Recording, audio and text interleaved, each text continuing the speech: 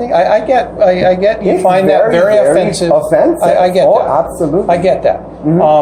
I still need to say I'm sure that it was not intended to be so, but she stumbled into an area that I would have preferred she not go. But with regards to the training issue, you mentioned that you guys have been here a relatively short time. And you have mentioned to me that you feel that training is an important issue. And we believe in training. We believe in learning new things. You mentioned Yolisa Dooley. I've been in contact with her. Representative. Yeah, I've been in contact with her, and I will be meeting with her. I'm not sure if it's next week or the week after. That was based on her schedule. And so it's not that we are opposed to such training, and in fact, we're taking active steps to try to get the best training that we can for our staff, and certainly to avoid venturing into areas that are could be seen by others as derogatory. Yeah, I don't think the statement could be seen as derogatory. I think what she said is absolutely derogatory.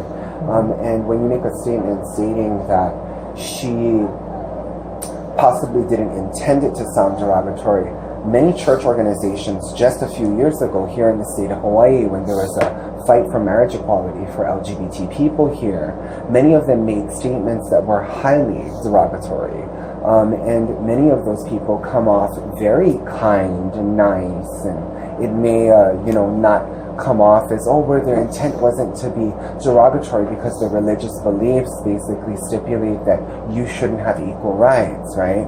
And so people stood behind their religious beliefs in an effort to really discriminate against a minority group of people. And so, in many instances, I would say this, that I can assure you that most of those individuals that were at those protests and those meetings and that, basically gave testimony against marriage equality, that those individuals really felt that they had good intentions when they were doing that. But I'm telling you right now, what they did was basically show us, and it was a showcase basically, about the discrimination that exists here in our state of Hawaii. And that same discrimination is obviously exists within the Department of Education, where LGBT individuals and families are not being given not just equal access to public education, but that they're being discriminated against openly. This is the 5th school that we've been in the last 6 years in regards to mass homophobia. My children have been sexually assaulted, physically assaulted, emotionally traumatized by instances in the DOE. Okay, you've shared that with me multiple times. I get it. And so, and multiple instances now with staff saying things that are inappropriate with my son. I advise you, there was an instance at Hilo Union where a teacher told my son that maybe you should believe in God, and these things wouldn't happen to you, right? And so the other school felt that it was appropriate to then pray with my children, Christian prayers. And they're publicly funded. And so we can't speak to what may have happened. No, I understand. Schools, I'm just letting you know where I'm coming from, so that you can understand the situation. Now, when experiencing an issue like this, her statement was absolutely derogatory. It's a form of discrimination, what she said.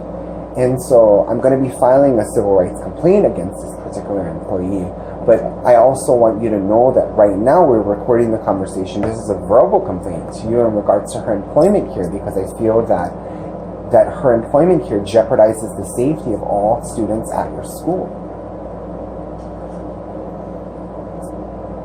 Okay. And you've confirmed you've confirmed that she also confirmed that pretty much what my son is saying was said.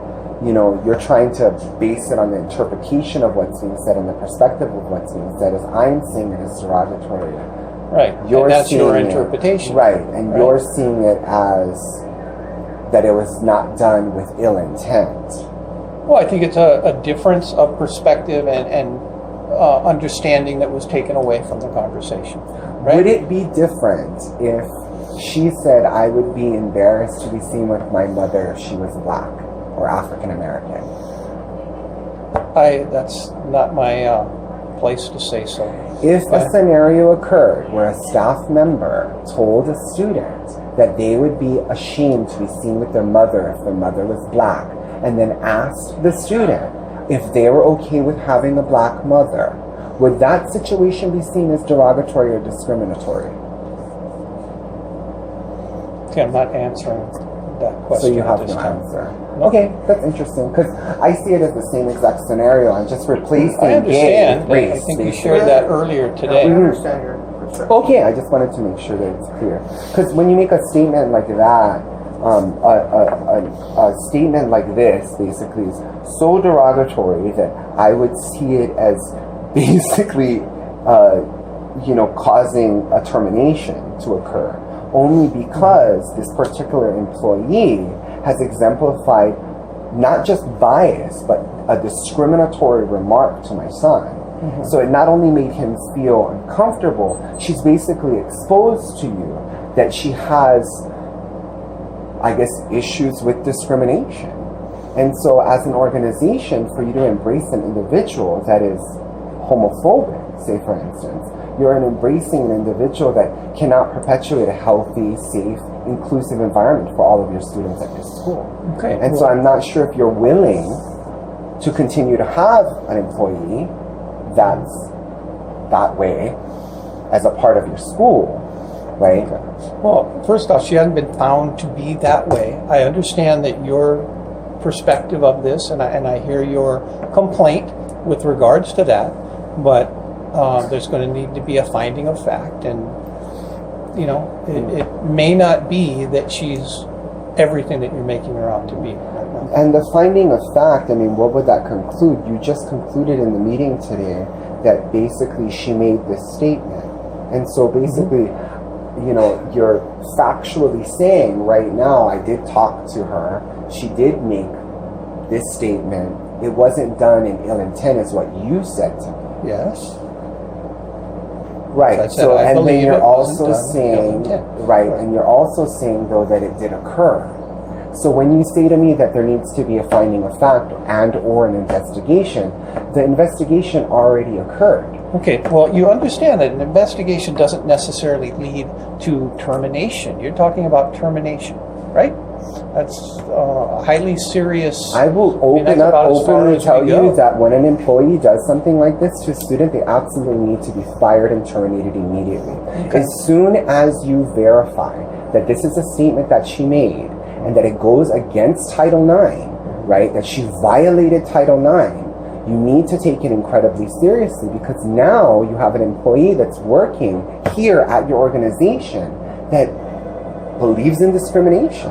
Well, see, that's the thing. I think while I would have preferred she not venture into, some of these statements and this area, I don't know that means that she holds these discriminatory views that you're claiming she does, and that's why I'm saying we need to look at the whole person. In all instances, or the majority, I should say, the majority of instances of my kids that have been surrounded by homophobia, many of them have surrounded on the basis that my children are not Christian.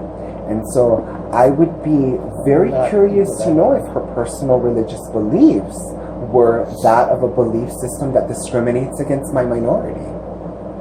Because in an instance like this, right, you can't. And I would normally never ask that question. What is your religious belief, right?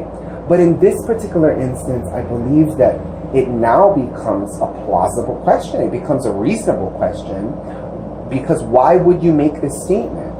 Now, we know historically, right, that LGBT people have suffered an immense amount of discrimination, but where does that discrimination come from? Well, in America, the majority of the discrimination stems out of religious beliefs and religious organizations that have perpetuated hatred against a minority group. Okay, you've made this point several times in several meetings. And she's made a statement that clearly exposes that she has certain types of beliefs. I don't see anything in that tells me what religious beliefs she has. And I would be embarrassed to be seen with my parents if they were gay. Why would she be embarrassed? Is there something wrong with being gay? I think that, again, her point was that you're more evolved than I was at that age. Good for you. Now, the good for you didn't get written down, and it may not have been said, but my point is that was the takeaway from my interview with this individual. But I've got what I need from you. You basically confirmed that she did make that statement, and so I get you It's find that very offensive. Offensive. I get Oh, that. absolutely. I get that. I still need to say